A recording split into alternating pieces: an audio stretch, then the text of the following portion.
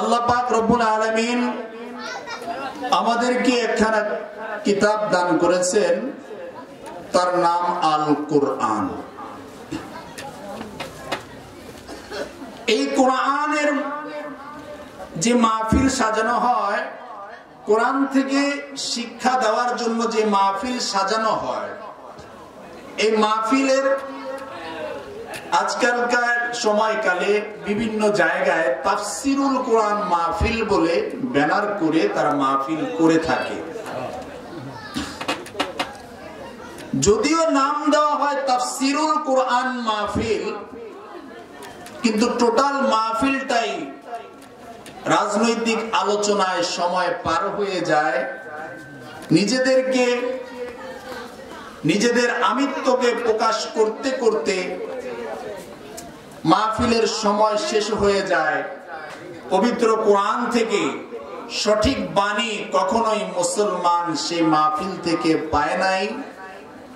এটাই বড় আফসোসের বিষয়।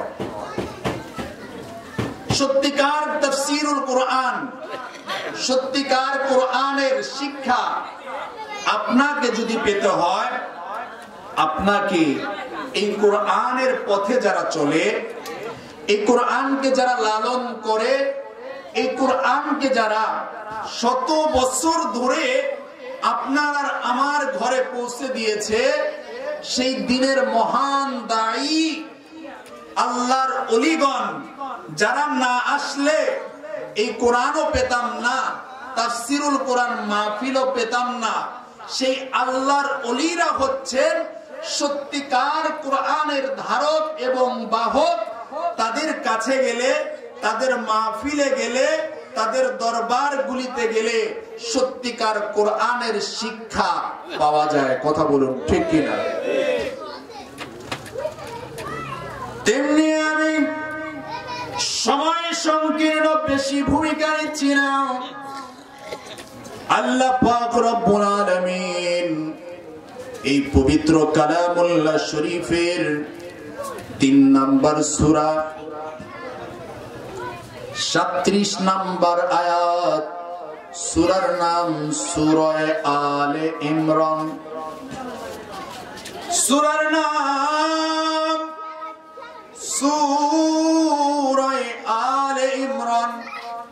এই সূরা আলে ইমরানের 37 নম্বর আয়াতে কারীমা আমার আল্লাহ পাক রব্বুল আলামিন পবিত্র কালামের 3 নম্বর পারার 13 নম্বর পৃষ্ঠার মধ্যে আমার আল্লাহ বয়ান করেন, আমার আল্লাহ পাক রব্বুল আলামিন দুনিয়ার মানুষগুলিকে, আমার আল্লাহ পাক রব্বুল আলামিন উম্মতে মুহাম্মাদীকে আল্লাহকে সহজ রাস্তায় পাওয়ার জন্য কিছু পথ দেখিয়েছেন। বাবারে আমার, আল্লাহকে পাওয়ার অনেকগুলি রাস্তা আছে। আল্লাহর ওলিদের রাস্তা হচ্ছে আল্লাহকে পাওয়ার সবচেয়ে সহজ রাস্তা। সুবহানাল্লাহ বলেন। আল্লাহকে পাওয়া যায়, প্রবলেম নাই। আল্লাহকে সব জায়গায় পাওয়া যায়। আল্লাহ সর্বত্র বিরাজমান, আল্লাহকে সব জায়গায় পাওয়া যায়। কিন্তু আল্লাহ সবার কাছে আসেন না। আমার আল্লাহ পাক সবার আপন হয় না। আমার আল্লাহ পাক রব্বুল আলামিন সবাইকে আপন করে নেয় না। গুরুত্বপূর্ণ কথা, আল্লাহ সব জায়গায় আছেন, কিন্তু বাবারে আল্লাহ সবার মাঝে যায় না। আল্লাহ সবাইকে ধরা দেয় না। আল্লাহ সবাইকে আপন করে নেয় না। তাইলে আল্লাহ সব জায়গায় থাকার পরেও, আল্লাহ সব জায়গায় থাকার পরেও কেন আপনি আর আমি আল্লাহকে পাই না, আল্লাহকে আপন করতে পারি না? আল্লাহ কেন আপনাকে আপন করে নেয় না? জানার দরকার আছে কিনা? দরকার আছে কিনা? আল্লাহ সব জায়গায় আছে আমরা জানি। আল্লাহ আপনার ঘরের মধ্যে আছে, আছে কিনা? আল্লাহ আপনার ক্ষেত খামারে, আপনি যেখানে কর্ম করেন সেখানেও আছে। কথা বলুন, ঠিক কিনা? আমার আল্লাহ পাক রব্বুল আলামিন মসজিদে আছে, আছে কিনা? আমার আল্লাহ পাক রব্বুল আলামিন খানায়ে কাবায় আছে, আছে কিনা? আল্লাহ সর্বত্র থাকার পরেও আমার আল্লাহ পাক রব্বুল আলামিনকে সবাই কেন ধরতে পারে না? গুরুত্বপূর্ণ কথা। আল্লাহ পাক রব্বুল আলামিনকে সবাই ধরতে পারে না, আমার আল্লাহ পাক রব্বুল আলামিনকে সবাই আপন করতে পারে না। তাইলে আল্লাহ পাক রব্বুল আলামিনকে সবাই পাইতে চায় কি চায় না? আল্লাহকে সবাই পাইতে চায়। আল্লাহ সর্ব জায়গায় থাকার পরেও আল্লাহকে মানুষ পায় না, আল্লাহর আপন হতে পারে না। আমার আল্লাহ পাক রব্বুল আলামিন পবিত্র কালামুল্লাহ শরীফের মধ্যে বলেন, ইন্না রাহমাতাল্লাহি করিবুম মিনাল মুহসিনিন। নিশ্চয়ই নিশ্চয়ই আমি আল্লাহর রহমত আমার মুহসিনিন বান্দাদের নিকটে রয়েছে। বলুন সুবহানাল্লাহ। বন্ধুরে আমার, আল্লাহর রহমত কে না পাইতে চায়? আজকে যারা ওলি চিন না, আজকে যারা আল্লাহর ওলির কদর বুঝে না, আজকে যারা আল্লাহর ওলিদের মহব্বত বুঝে না, আল্লাহর ওলিদের কদম ধরা মানে আল্লাহর কাছে পৌঁছানোর সহজ রাস্তা ধরা, এইটা যারা বুঝে না, এদের আজকের ওয়াজ শোনা দরকার। আমার আল্লাহ পাক রব্বুল আলামিন ওই মানুষগুলির জন্য কোরআনের আয়াত নাজিল করে দিয়ে শিক্ষা দিচ্ছেন, তোমরা কোরআন পড়ো, কোরআন পড়লেই জানতে পারবে আমার ওলি কি জিনিস, আমার বন্ধু কি জিনিস, যাদের দরবারে গেলে তোমার মতো গুনাহগার, তোমার মতো পাপী গুলি খুব সহজে আল্লাহর বন্ধু হয়ে যেতে পারবে। সুবহানাল্লাহ বলেন। আমার আল্লাহ পাক রব্বুল আলামিন পবিত্র কোরআনের সূরা আলে ইমরানের 37 নম্বর আয়াতে কারীমার মধ্যে ঘোষণা করেন, কুল্লামা দাখালা আলাইহা যাকারিয়াল মিহরাব। সুবহানাল্লাহ বলেন। আমার আল্লাহ দুনিয়ার মানুষকে একটি ঘটনা জানিয়ে দিচ্ছেন। একটু ভূমিকায় যাই। সাইয়্যিদুনা ইমরান আলাইহিস সালাতু ওয়াস সালাম, যার নামে পবিত্র কোরআনের একটি সূরা নাজিল হইল, এই ইমরান আলাইহিস সালাম বিদ্ধ হয়ে গেলেন, তার স্ত্রী হান্না তিনিও বিদ্ধ হয়ে গেলেন।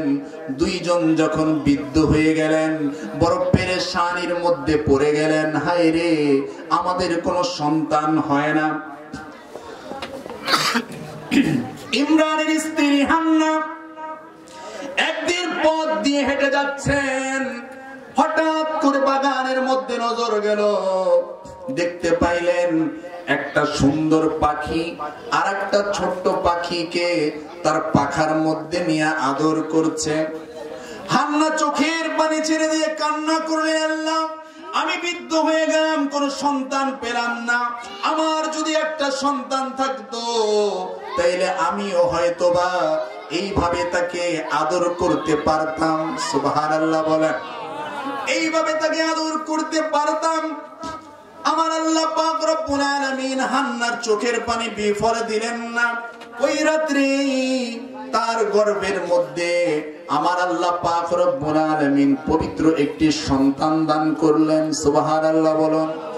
এই সন্তান যখন গর্ভের মধ্যে আসলো, আমার আল্লাহর কাছে শুকরিয়া তান হান্না ডেকে বলছেন, ও রব্বুল আলামিন, আপনি যদি আমাকে এই সন্তান দান করেন, এই সন্তান আমি আপনার ঘর বাইতুল মুকাদ্দাস, এই ঘরের খেদমতের জন্য আমার গর্ভের যে সন্তান আপনি দান করেছেন, এই সন্তানকে আমি বাইতুল মুকাদ্দাসের খাদেম হিসেবে আমি তাকে নজরানা দিয়ে দিব। বলুন সুবহানাল্লাহ।